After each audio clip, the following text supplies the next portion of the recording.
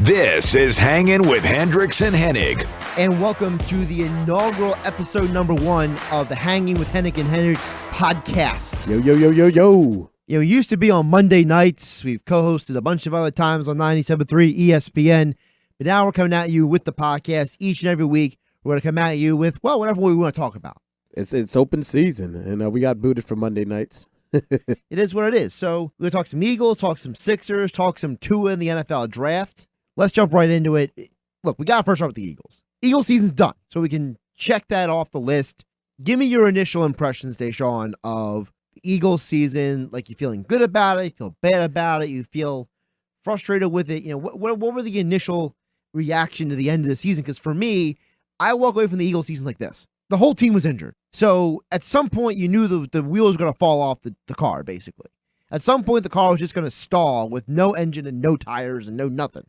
But do you honestly feel, because here's where I stand on it. Yes, the Eagles had a lot of injuries. Yes, everybody wanted to make the joke of Carson was playing with Boston Scott and 3 guys from Wawa. And, listen, Boston Scott proved to me that he's a pretty good player. He's not a superstar, but he's a pretty good player. Yeah. He played well enough to show me week after week he was a reliable player. Greg Ward was playing well. This team was good enough, I feel like, to win that game against the Seahawks. Carson went down. And that's where it really starts. I mean, I feel like that deflated the team. Josh McCown came in and did as well as a job you could ask for from a guy that's 40 years old and stepping into a playoff game with guys who's been playing all year. And it was disappointing. If you really want the word, it was disappointing. You come into the season with all these expectations of Super Bowl and 13-3 season, and Deshaun's back, Alshon. You draft Miles Sanders. You got Jordan Howard, Malik Jackson, Fletcher Cox, Ronald Darby's back. You got the embarrassment of riches in the secondary. Doug Peterson finally has his team ready to go after winning a Super Bowl and then coming up short last year with all the injuries. And then you take off the Band-Aid and you see what was really wrong with this football team. They need more youth, guys older, injury concerns. Now, I'm not going to go through every player of who has to go and who they need to replace, because at the end of the day, they have a lot of holes on this football team as far as they need to get younger. The problem is that you just ran out of gas. You ran out of gas, and the unfortunate part about it is that I honestly feel like if Carson Wentz plays that game, they win that football game. How far they go after that, who knows? But at least for last week in the wild card game, and it's disappointing for Carson too, because now it's 3 years in a row he misses the playoffs. I know he technically played in the game, but he didn't really play in the game. Yeah, it's frustrating more than anything else. I can't blame Wentz for anything at this point. I think he did the best he could this year with the circumstances given to him. He elevated when they absolutely needed to him at the end of the season. Yeah. I think that this year only proves that they need to overhaul part of this roster. The roster is aging. There's too many injury-prone guys. You just got to clear it. While we're on injury-prone, though, you start to hear the chatter and see the tweets and see people ripping Carson Wentz for being, quote-unquote, injury-prone. And I'm here to tell you right now, you have a hidden agenda. If you honestly believe that after that hit, that this guy's injury-prone and it's always something with Wentz, and you have a hidden agenda, and there's something wrong. There's something wrong. Like, I don't know what you have against Carson Wentz as a person or as a football player, but there's no reason to make that type of judgment call on a guy that, first of all, he was giving himself up on the play. It was a screen play that the Seahawks sniffed out. There should have been a flag. It definitely should have been a flag. He's giving himself up, and Clowney launches the back of his head into Carson Wentz's head. And even if it's incidental, as a tackler, and I heard Bart Scott say this, I heard Rodney Harrison say this, I've heard a lot of defensive players say this. As a defensive player. These are defensive players telling you that was a dirty play, that he shouldn't have gone down to hit him. No, and he knew what he was doing. I don't think he wanted to hurt Wentz, but I think he definitely was trying to, He was trying to send a message. Yeah, he was trying to send a message. And I think that part of the problem with the people who don't like Wentz are because either one, they're Nick Foles lovers and they worship at the altar of Nick Foles. Number two, they never liked Wentz from the beginning because, he wears his faith on his sleeve and he's super clean and, I believe in Jesus and all that stuff, which if you're a Christian or not in sports, it doesn't bother me one bit. But, for goodness sake, don't hate the guy. That's though. What is the problem with Carson Wentz wearing his faith on his sleeve? I think it's more the fact that people in our society, if you want to really keep it 100, people in our society want to nitpick at what they feel like that you can accomplish. Carson Wentz didn't win the Super Bowl because he got hurt. That's unfortunate. Right. Last year, he hurt his back. He couldn't finish. Nick Foles took him to the playoffs. Whatever. That's unfortunate. This year, they want to keep that narrative because it gives them something to talk about. I love Marcus Hayes. We talk to him a lot. He's a great writer. He's great at his job. But I see the story he wrote, and I'm just thinking, like, come on, Marcus. Like, I know the season's over. Is it really necessary? Like, and I'm not trying to say that Marcus is one of these people who have hidden agendas, because I don't think he is. But his story just reminded me about that. It reminded you of the narrative. This narrative is a false narrative. Yeah. At the end of the day, you play in a dangerous game. When McNabb tore his ACL in 2006, when he had the sports hernia in 2005, when he was quote-unquote thrown up in the Super Bowl, when he broke his ankle, was he injury-prone? Or was he just a guy that was playing a sport and playing a position, well, let's be realistic, and getting hurt? Unless your name is Eli Manning or Phillip Rivers or someone like that, almost everybody who's played quarterback in NFL history Tom Brady has been missed injured. the whole season. He tore his ACL. Right. Like, unless you're Brett Favre or one of those guys, like almost never do you actually have a guy get through every season unscathed. Yeah. So this idea that Wentz is injury prone is bogus. And look, if you just don't like Wentz, that's on you. But at the end of the day, if you're having an honest conversation, he's still better than at least half the league. So you're better off with him at quarterback than fill in the blank. You think that Jameis Winston or Matt Ryan or any of those dudes are going to do any better for this football team? No. But here's my thing that I will say about the Eagles. If I'm the Philadelphia Eagles, I look into getting a backup. Like Marcus Mariota, I think is going to be available. And how ironic would that be? If they sign Marcus Mariota to be the backup quarterback here in Philadelphia, I mean, and Chip Kelly's nowhere to be found. My personal prediction is that Marcus Mariota goes to Chicago and competes with Trubisky for the starting job next year. Yeah, I could see that. But my thing is that like that RG3, whoever, somebody gets, comes here to be the backup quarterback, kind of in the same mold as Wentz, a little mobile, stronger arm.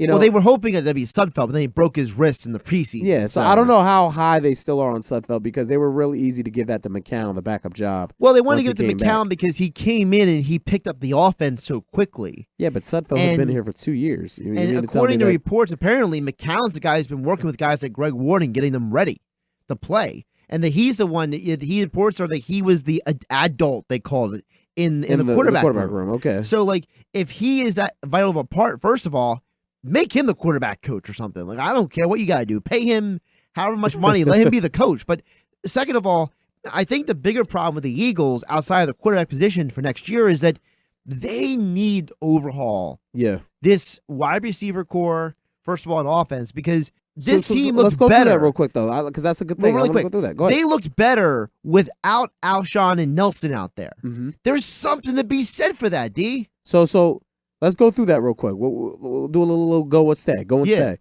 Alshon Jeffrey. Gone. Even though he's injured, but I just... So he's not here next year, in your opinion? Well, I think he has to be here because you financially have to keep him. So that's my question. Like, not that what would you do? Do you think he's going to be here? I think he has to be here because of the financial reasons. Well, I mean, he might miss most of the season with that. You can't trade an injured player. Yeah.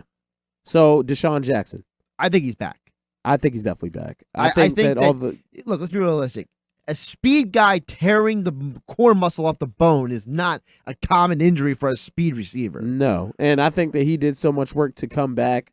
I think that he loves this organization. He might be stronger next year because of how hard he worked. I do believe, though, you have to draft a Henry Ruggs or somebody like that behind him. Yeah. Because he's going to be, 33 next year, 34? Yeah, I think he's turning 33 or 34 next year. So he'll be. So, I mean, you need to prepare for if he gets hurt again. And this is the draft to get wide receivers. Yeah. I mean, you can literally go through this draft and get 3 from this draft. I'm telling you right now, I've said it.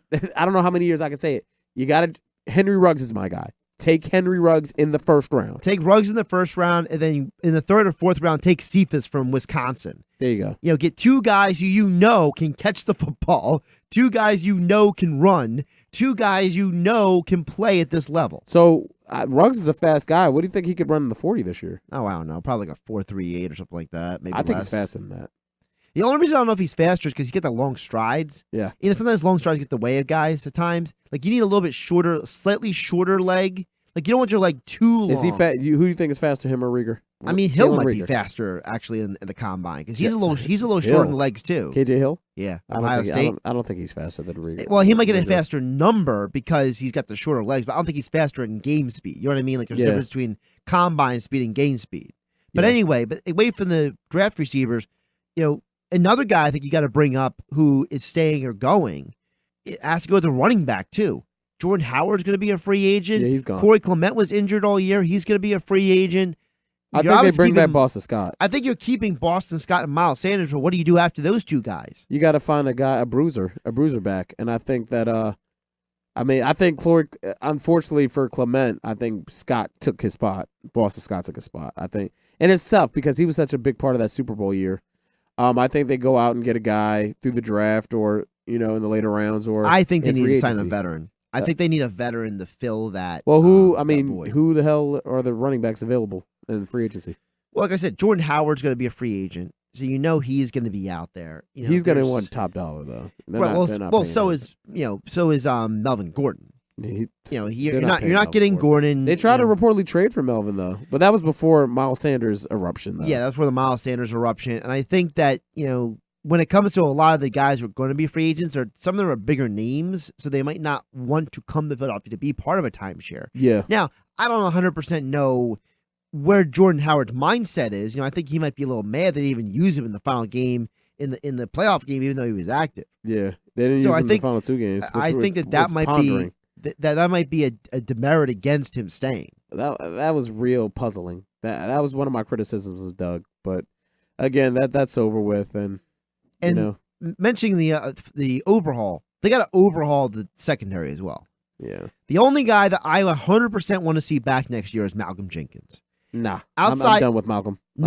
You need Malcolm. He's the guy who's calling the plays. He plays every snap. He's the only thing consistent. To me, that in depends on secondary. if Jim comes back. If Jim's not here, then I think that you can move on from Malcolm. Malcolm is demanding more money. I think he's older. I think a lot of his... Is he demanding more money, or does he want security? I think he's demanding more money. Because, for example, if this team is in cap hell right now. They can't afford. Well, they to pay got him. some cap space this coming off season. Yeah, Howie did some restructuring for the end of the season to open up about $8 million more. Yeah, but they got a lot more holes to fill than to worry about an older safety that, to be honest, I think is a little overrated. I think you need the older safety for the younger guys. I think you need that presence and that leadership. You cannot undervalue that because you're going to get younger at the other positions around him. And I think that. Are you going to keep bypassing my hot take? I said Malcolm Jenkins is overrated to me. How is he overrated? I don't think he's as good as everybody thinks he is. That's the definition of overrated to me. But what do you think I think that he's valuable. First of all, I think everybody think that he's this Pro Bowl caliber every year out safety. I think he's very good, and I think he's been good for the Eagles. I think that a lot of what he was good at early in his Eagles career, he slowed down of late. I think for the money that he's going to demand, it's not worth it. You need to get younger in the secondary, get some new fresh blood. I'm not opposed to bringing him back if it's at the right dollar. But with him coming out right after the season and saying I won't be back on the same deal, you're already demanding more money. I think that it's time to move in a different direction. Well, if you're him, you're looking at it saying I was promised a new contract. They never gave me a new contract this year. So I think there's a part of him. It doesn't matter if you're Malcolm Jenkins or how old is Malcolm Jenkins? I think he's 33 at this point. Yeah, it's time to move on. Get some new young blood in there. 32. He's 32 years old. He turns 33 at the end of next year. So yeah. Look, he's been a locker room leader though. It's going to be tough to move on from. I just have to disagree with you. I think the leadership, you cannot undervalue the leadership. I agree with that. I just, for the player that he is now, I don't think he's going to be worth. But what I think he he would be better if you put a better supporting cast of secondary around him. Because if it's not, that's a good point though. Those guys like Carvon LeBlanc. Yeah, but that's a good point though, because if he's as good as everybody thinks he is, shouldn't he be able to elevate these younger players? Well, I think he already has. That's a funny thing. You really think so? I think that Carvon LeBlanc and Jalen Mills and those guys have played way above their actual ability. Okay. I just don't think that Malcolm is the juice is worth the squeeze, as Mike Gill would say. To me, I think you got to change almost the entire cornerbacks. Like, I understand that Sidney Jones is under contract. Isn't McLeod's contract up too? He's a free agent, yeah. Yeah.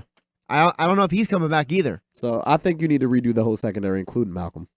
I say redo the whole secondary around Malcolm. That's where I would go. Okay. And then you gotta draft some linebackers as well. I think the Eagles draft, before we move on, needs to be heavy wide receiver, linebacker, and then just build depth in the later rounds. You know who they're not going to bring back?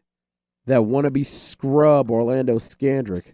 That guy's the biggest damn Eagle hater I've ever seen. Dude, that guy is such an angry human being. Dude, like, he is so miserable. I don't know what the hell the Eagles, but stop moaning about. What did Shannon say the other day on the show? Please clear it up for me. So Shannon Sharp, for those who didn't see it, on FS1, a show that I only ever get to see clips of because it shows up on my Twitter feed, basically told Orlando, the Eagles brought you in to shore up their defense, and they went to the playoffs without you. Yeah.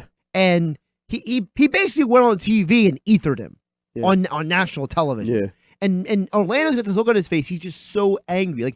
Like you see people, you know they're a miserable human being. You know that they're an unhappy. Can you stop kissing human the Cowboys' ass, please? I have been told by everybody who's read Shannon Sharp that he's actually like a cool, nice human being. Yeah. You know, I have never heard anybody say that Orlando Scandrick is like a good human being. No, but he is a suckish football player. Like, I think that dude is a miserable person. I think deep down he's got some personal problems. Bonafide scrub. I think that Scandrick needs to go to a couch and see a shrink or something. He needs help. He got some anger issues. But all right, before we move on to the Sixers, let's hear a word from our sponsors. You're listening to the Hennig and Hendricks podcast. You're hanging with us.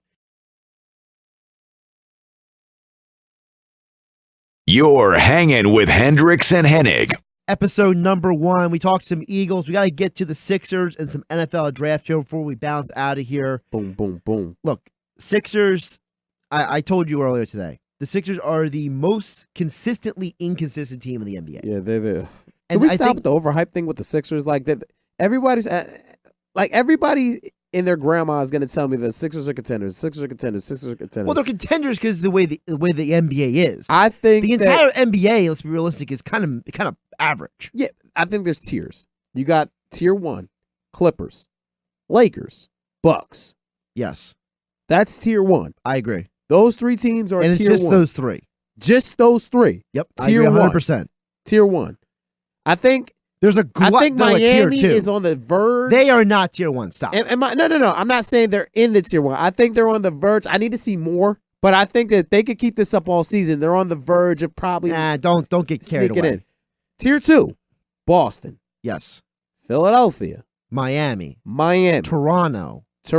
Houston. Utah. Denver.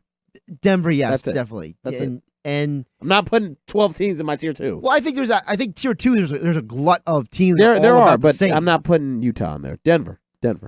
Okay, well, Denver definitely. I just say Utah because I feel like that team's built for the postseason more than the regular season, and I feel with guys like Connolly and Bogdanovich, that's a team that's going to go out there and scare somebody in the postseason.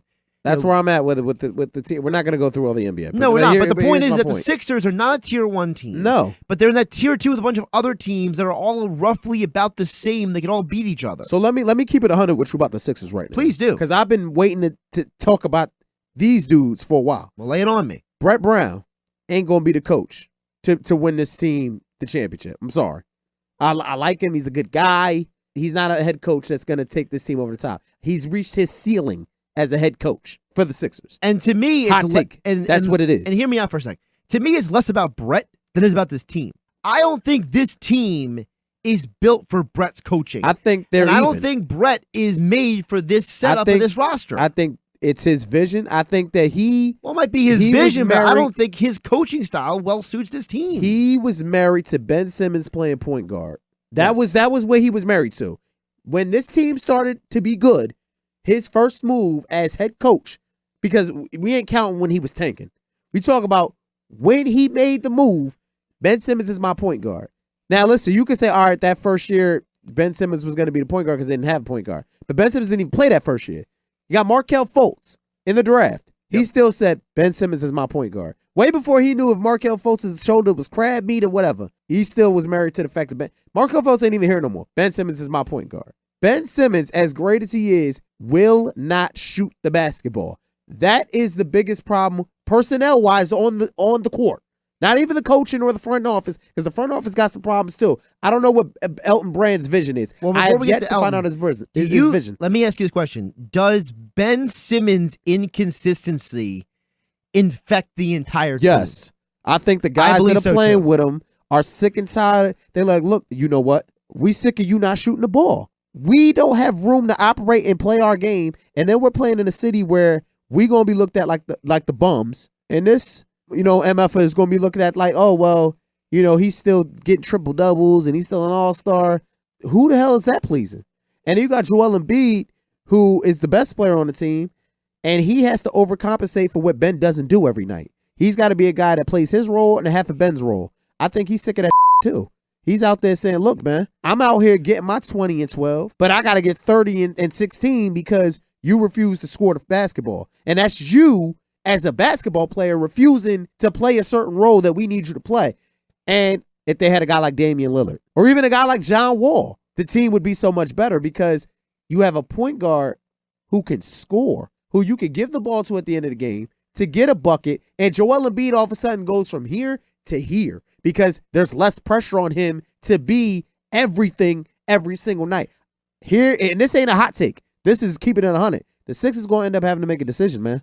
It's either Ben Simmons or Joel Embiid. And I agree with that. So I want to bring up two things that are my problem with Ben Simmons right now.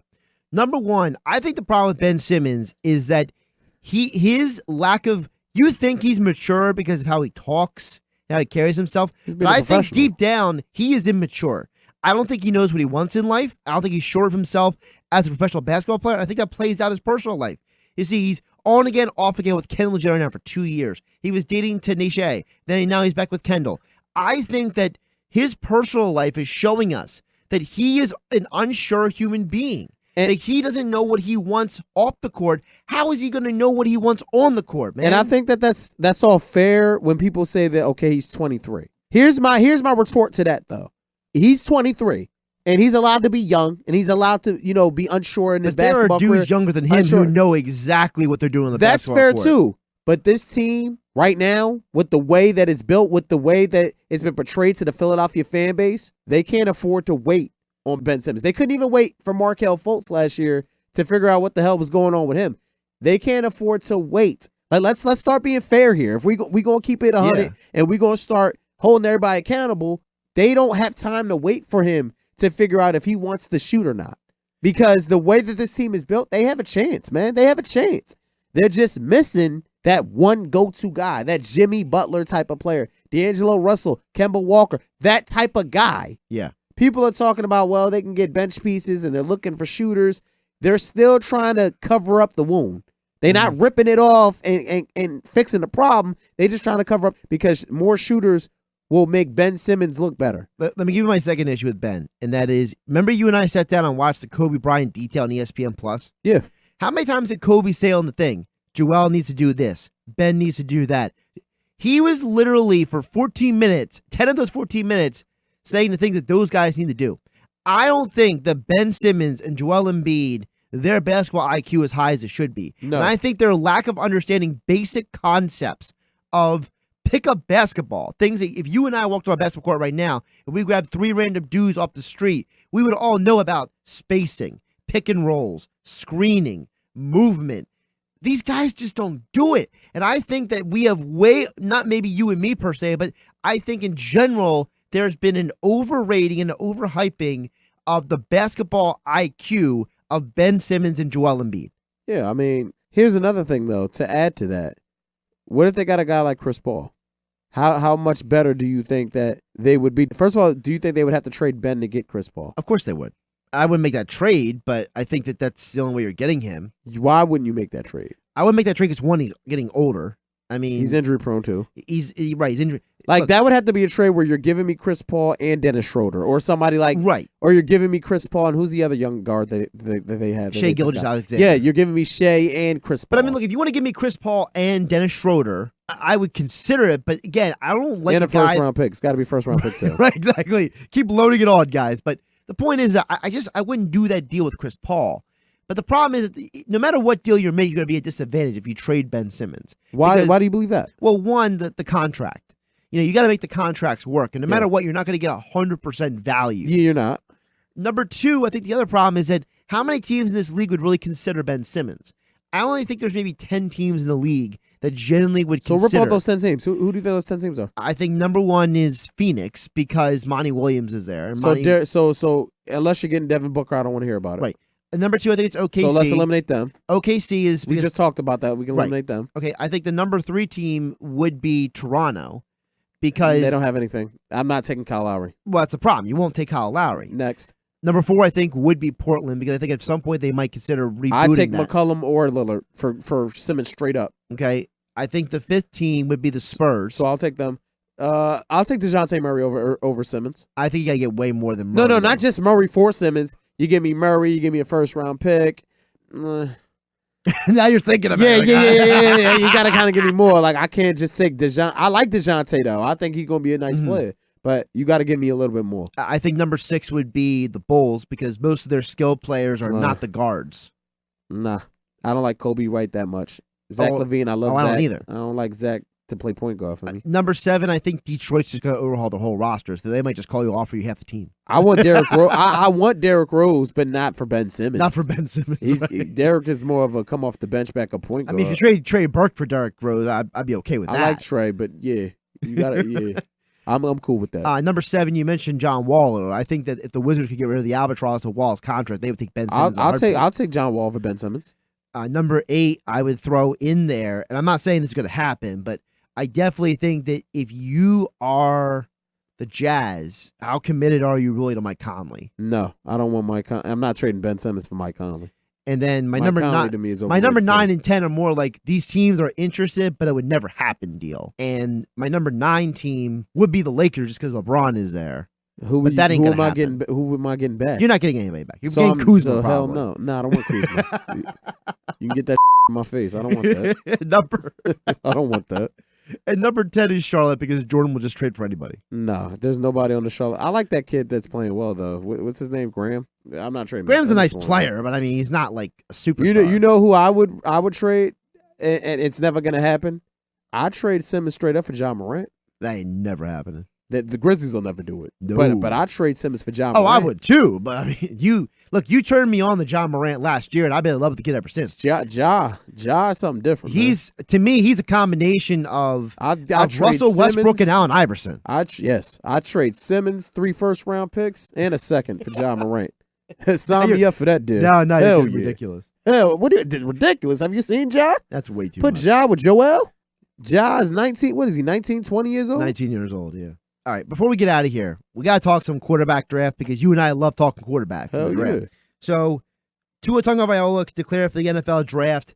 My initial question, though, because I think he's injury prone. Like, if anybody's injury prone, talk about Carson Wentz earlier. Tua is injury prone. I don't think he's injury prone. He's had some bad luck. The dude's had a million injuries at this point. He's had some bad luck, man. I think that, he's got his hip, he's got both knees, he's got both ankles. I mean, what the heck is going on with this guy? If I will say this, any team that drafts Tua next year, don't play him. Redshirt him. Let him get totally healthy, learn your system, and allow that dude to ball out in 2021. Basically, like, he ain't going to be a rookie next year. He's just going to be in an organization getting the best medical care, the best therapy. So you think he's still a good prospect? He's a great prospect. I think he's the number 1 prospect in this draft. So you don't feel like the injury issue is as big a deal as people make it out to be? I think it's a big deal, but I think that if you're going to invest a first-round pick in him, like, the Bengals are all in on Joe Burrow. I'm not sure that Joe Burrow is the real deal. Here's the problem with Burrow, and this is something I've talked about a bunch, and that is I think he's a system quarterback. Yeah. I think he's a product of that Joe Brady offense at LSU. Yeah, Joe Brady should be getting some calls as head coach, if you ask me. And look, I think that if Joe Burrow goes to the wrong team, like the Bengals, he's going to be a complete bust. Because here's the problem. When he broke those SEC records this year, you know whose records those were? Tim Couch. Okay? May I remind you, Tim Couch was drafted by the who? The Browns. Right. So he was going to fail. So if you get drafted by the Bengals right now with AJ Green, you don't want to be there. You got Joe Mixon, who's the only offense on the team. Ain't AJ a free agent?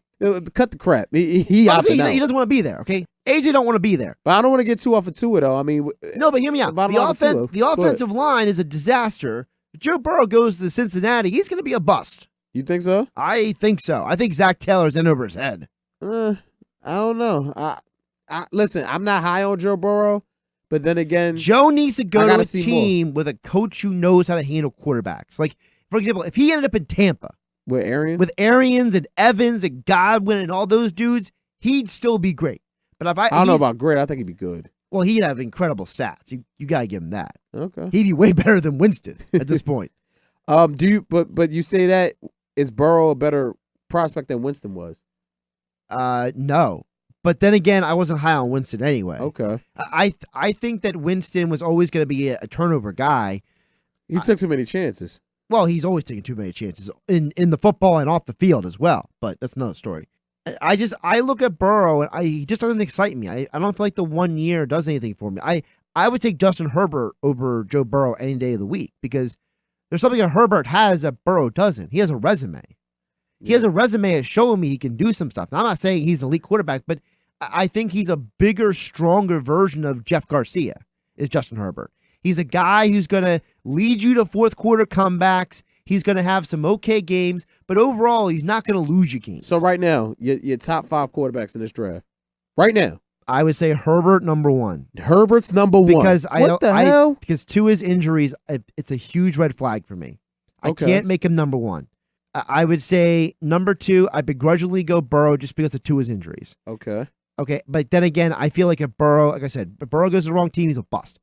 Number 3 is Tua because you can't deny the talent and the football IQ. Uh-huh. So if Tua was 100% healthy, he's the number 1 quarterback for me. Yeah. But those injury problems concern me a lot. And I don't think it's a coincidence there's not a lot of left-handed quarterbacks anymore. I think there's going to be something to the fact that the left-handed quarterback died away for a while outside of Michael Vick. We didn't see a lot of lefties for a while, and I think that's not a coincidence. I think that his style of play, if he doesn't have the right tackle guarding his blind side, that's going to affect him. Because remember what happened to Vick? When he didn't have a good right tackle guarding him, he was running for his life and almost. Vick was running for his life anyway. He just let him run. Well, when he had Lane Johnson blocking his blind side, he was a little bit better though. He had Lane Johnson for 6 games. Yeah, well, when he got injured, it was cut it the hell out, man. He had Lane Johnson for 6 games. All right, so the quarterback after Tua, I would go with. And I don't love this guy, so don't take this the wrong way. But KJ Costello's got the it factor. When he's healthy, and that's a big problem, he's been injured time. But at 6'5" with that release, he's got the ability to be a good NFL quarterback. Remember, he made J.J. Arcega-Whiteside a second-round pick. Next. I'm not even entertaining that crap. You're just going to totally dismiss me on that one? I'm dismissing that. Go ahead. I go with Jake Eason because he's got arm talent. Jake Eason is in your top 5?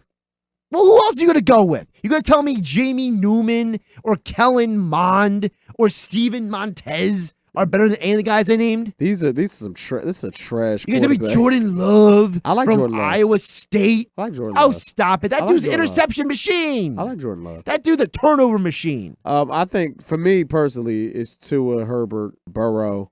I got Jalen Hurts in the top 5. I like Jalen Hurts. I think that he got a raw deal. Actually, not a bad job by me. I forgot about Hurts. You forgot about Hurts? I forgot about Jalen Hurts. That's a terrible job by me. So let me re-rank this. You got the list over there? Are you looking at the list? I actually don't have a list, which is my problem. It's a bad job by you. Terrible. All right, so let me re-rank this. So I told you Herbert's 1, Burrow 2, Tua 3, Hurts 4. Okay. Hurts is the head of anything because I personally like Jalen Hurts. I think he's got a combination of Steve McNair because of his size. The dude's built like a brick house. I was going to say Dante Culpepper. I prefer McNair because I think that Culpepper was not as tough people made him out to be. I think Jalen Hurts is legit tough, like Steve McNair was. But I think he's a little more explosive as well. I think he's got a little Donovan McNabb in him too. He's got that ability. That's perfect. That's perfect. McNabb. He's got that escapism, that ability to make those throw on the run. I think he could be McNabb. But I think he's better than his arm talent is better than McNabb's coming out of college. Whoa! I don't know about that. Because Donovan, I don't know about that. Donovan always had a great deep ball. We all knew that. But his intermediate passing game was not that good. I think Jalen's intermediate passing game is better than Donovan. You ain't getting that one. Well, I'm going there. You ain't getting that one. And Jalen is thicker. Jalen is built like a monster. Like that kid can run people over. I like that though. I think that's a perfect comp, Donovan McNabb. I think if you combine McNabb with Steve McNair, that's Jalen Hurts. All right. You got any other quarterbacks for me? I think Jake Eason's an NFL quarterback, but I don't know if I love him. Jake Eason is a day 3 pick, and at best, he's a day 2 pick. No, stop. Like, quarterbacks always get overhyped. They all go too high. Jake Eason stinks. EJ Manuel should have never been a top pick, but he picked in the first round because the Bills reached for him because they were desperate. Jake Eason stinks. I'm not even going to entertain He doesn't that. stink. He's just that He stinks. Here's the problem with Eason, and we haven't gotten the Jake Fromm yet. I'll touch on him in a second. I mean, Fromm hasn't even declared yet, has he? The last time I heard, Fromm hasn't declared. Yeah, We're assuming that he's going to enter. We assume it, yeah. But and Fromm to me is a backup quarterback. He's Alex Smith. That's a good comp. Jake Fromm's Alex Smith. He's not going to lose you a game. He's going to win you 10 games and then lose in the divisional round. He doesn't have enough. He doesn't have arm talent to get you over the top. I think he can win you 6 or 7. I think he's got to have a good team running to win the next. The Well, other it's Alex 3. Smith. As soon as Alex Smith had John Harbaugh and Andy Reid, he's throwing for 4,000 yards. Without him, he ain't doing it. Jim Harbaugh. Jim Harbaugh's my bad. Yeah. Well, they're all the same. You off your game tonight, man? I am. You got anything else for me on the quarterbacks? Or you just I'm sit there done. laughing at me? I mean, to be honest, looking at this class is weak. It is a weak class, sauce. and I think that's the problem. The team's going to overreach for some of these guys. If I'm a team that needs a quarterback this year, I'm signing a veteran on a 1-year deal and waiting for the cream of the crop next year. When you got Lawrence and Fields and guys like that. If I'm a team that needs a quarterback, like let's say Phillip Rivers retires tomorrow. I'm just throwing an example. Starting Tyrod for a year. See how it goes. But what I'm doing is, if I can't draft one of the guys I want, I ask Teddy Bridgewater how much money he wants. Nah. I bring him to compete on with a Tyrod. 1-year deal? Yeah. Okay. You know, bring him in to compete with Tyrod. I like that. I think that there's a handful of quarterbacks out there that I want them competing for my starting job. Like I want Mariota competing for my starting job. I want Teddy Bridgewater Mariota's competing. interesting, man, because I think that he needs a Matt Nagy. He needs somebody like that. He needs stability, man. I mean, that guy had what, like 5 all different offensive coordinators at this point, 6? Does it say something to you though that he was able to play that Tannehill stepped right in to play so well, and Mariota just couldn't get it done like that? I think it says more about the Titans than it is about Mariota. I think that they needed a guy like Tannehill. Like Tannehill's play style fit the Titans. And by the way, where does Jameis Winston go? Where did he go? To college? No, where's he going to go next year? He's going to be. They're going to keep him another year. Well, they keep it that 1-year deal then. Yeah, it's going to be like a 1 year. I don't know what you do with Jameis. Like the dude is so inconsistent. How about this scenario? Like, what if because I think the Falcons are going to stink next year. What if Tampa just? That's so random. Yeah, I think they're going to stink next year. I think that they're going to fire their coach. I think they're going to be a top. Like, could you imagine the Bucs and the Titans have the 1 and 2 picks and they go and get Fields and Lawrence and you get that in the NFC South? That ain't happening. For the next, or the Panthers could. The stink. Bucs aren't going all to stink 4 next year. teams. The Bucs are not going to stink next year. 3 out of those 4 teams could stink next year. Carolina, they don't have any stability. Matt Rule's coming in. He's a program builder. He's going to take 2 years to build that thing up. So you could possibly get Carolina, get one of those guys. I don't think Atlanta's going to be good next year. Well, if Carolina's going those 2 guys, what happens to Newton? No, I think Newton's gone this year. I think they're going to cut him. Gone this year? Yeah, I think they're going to cut him. I think he's going to go into free agency. I know he has 1 more year left in his deal. I think they're going to cut him. They could save a lot of money by just where does cutting Cam him. go then? Cam could go to Chicago. I think they take Cam over no, because Marcus is younger. Marcus is younger. But they're still in win now But mode. you know where I can see Cam going? Chargers. Anthony Los Angeles? Lynn. Yeah. You know, I could see it. Mike Williams, Keenan Allen. I could see it. Now that you say something, I could see it. But that means Rivers would have to retire because they're not just going to cut Rivers. No, they're not. But you know what would be great irony? If Cam went to Tampa and joined Bruce Arians and replaced Jameis Winston. Yeah, but I don't think they're going to do that either. Hey, man, Gerald McCoy purposely went over to the to the Panthers just to spite him. What if they go in the opposite direction? Yeah, that would be something. That would be him with Mike Evans, Godwin, Bruce Arians. Oh my goodness, the Colts. I can see Cam going to the Colts. The problem with the Colts is that I don't know what their overall plan is because I know they need a new quarterback, but are they looking more for a draft pick or are they looking for a veteran? Yeah. Like, I don't know what Frank Reich really wants to do. And I think Ballard is the kind of GM he's flexible to what his coach wants. Well, this is the thing with all these coaches. You got to ask your organization. I don't think a lot of coaches do this. What is my stability? Like, am I a guy that you're building around? Because then if I have that stability, then we could talk about going after a Cam for a year or something and seeing if it works and then drafting a guy. But then again, you don't have that kind of stability in the NFL. It's kind of like we signed Cam and he sucks for a year and we're 2-11, 2-14. Well, I think I'm going to get fired. Really quick, I think a guy like Frank Reich has more stability in his organization than, for example, Anthony Lynn with the Chargers. Yeah. Because the thing with Reich is that he fits the mold of the kind of coach that Chris Ballard wants. Yeah. And I think that if you look at that team, they are literally a quarterback away from being... They play hard for Frank Reich, too. They're a quarterback away from being an 11-12 win team, easily. Yeah. I think the problem for Lynn with the Chargers is that because they're moving to a new stadium, because there's all kinds of uncertainty about what Phillip Rivers is going to do, it's how secure it really is at GM out there. I mean... How good is Cam still, though? Is Cam still good enough to where he's the guy that's a quarterback away? I think Cam is if he has the right coach. I think the problem is that's the caveat, though. I think Cam got a bit of a raw deal with all the different OCs he's had in Carolina, and I think that whether it's Frank Reich or Anthony Lynn, if he's got the right guy in his ear, I think he can still be an MVP caliber type quarterback because I think that you can't deny that dude has talent, and sometimes all talent needs is the right coach in their ear. Michael Vick wasn't what Michael Vick could be until he got Andy Reid in his ear. Yeah. I think there's something to be said for the fact that in football, coaching matters more than certain other sports. I think coaching in hockey and baseball, I don't think it matters as much as we like to act like it does. I think in football, it genuinely matters with certain positions. And I think for quarterback, if you got the wrong guy in your ear, you are DOA, dead on arrival. All right. He's Desean Hendricks. I'm Josh Hennig. You've been hanging with Hendricks and Hennig here on... We're not gonna get some picks before we leave? Some picks for the weekend games? Well, you want to pick them? Yeah, of course. All right. You got to leave them with something to chew on. Well, first of all, who's winning the national championship then? I say LSU. Yeah, I think Clemson. I'm going to say Clemson. The only reason I say it... So here's my theory. I think we saw Brett Venables exposed a little bit versus Ohio State. Ohio State ran an offense that confused Clemson's a little bit. And I think LSU is a better offense than Ohio State does this year. I think Simmons is as good as a linebacker, though, to disrupt Burrow. I think that's going to be the key. I don't think that's going to be the... I don't think it'll be the neutralizer. I think that Venables, he purposely waits, that defensive coordinator, he waits till the last minute to put his defense in. And I think LSU could run an up-pace offense with Joe Brady's style to not let Venables make the proper adjustments in-game. And I think Clemson will keep it close for most of the game, but I think LSU pulls away at the end. Okay. Well, I got Clemson. You got LSU.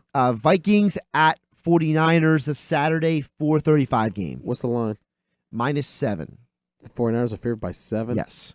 I think the 49ers are going to win the game, but I'm taking that +7 if I'm gambling for the Vikes.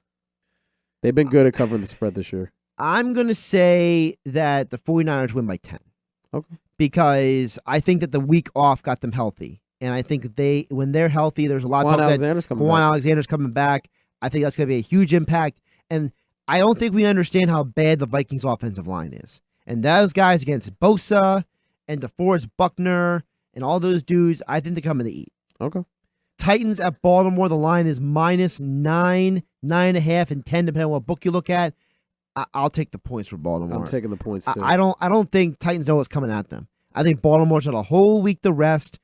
Ingram or no Ingram. 2 weeks. Remember, their starters didn't play in that last game against Pittsburgh. That's right, 2 weeks. But whether Mark Ingram's there or not, it's not going to matter. Yeah. You could actually, if you're Baltimore, just sit Ingram if you need to one more week for the championship game. Yeah. Because you're going to need him for the championship game more than for this game. I think the only reason why the Titans keep it close in the first half is because they play keep away and Derrick Henry runs the ball. But eventually, that Baltimore defense is going to rise up. I think Marcus Peters gets at least one interception in the game. I think Tennessee opens up with a 7-3 lead. I think Baltimore gets like 3 points in their first possession. Tennessee surprises them because they'll have a good script. They'll score 7 points. I think after that, that's all she wrote. Give me Baltimore 30-10. Houston at Kansas City. I think it's going to be a shootout. The over-under right now is 50.5, 51. I say go over. I say take the over. What is the line? Right now, it's -9.5 Kansas City. Give me +9.5 for the Texans. I think they keep you. it close. I think that this comes out 35-31. Give me Kansas City. Yeah, I think this is going to be like a 38-34 win for Kansas City. I think Watson's got some magic left in him, but it won't be enough in the end. Yeah. And Kansas City's just the better team. Yeah. Outside of just Pat Mahomes. Final game, Seattle at Green Bay.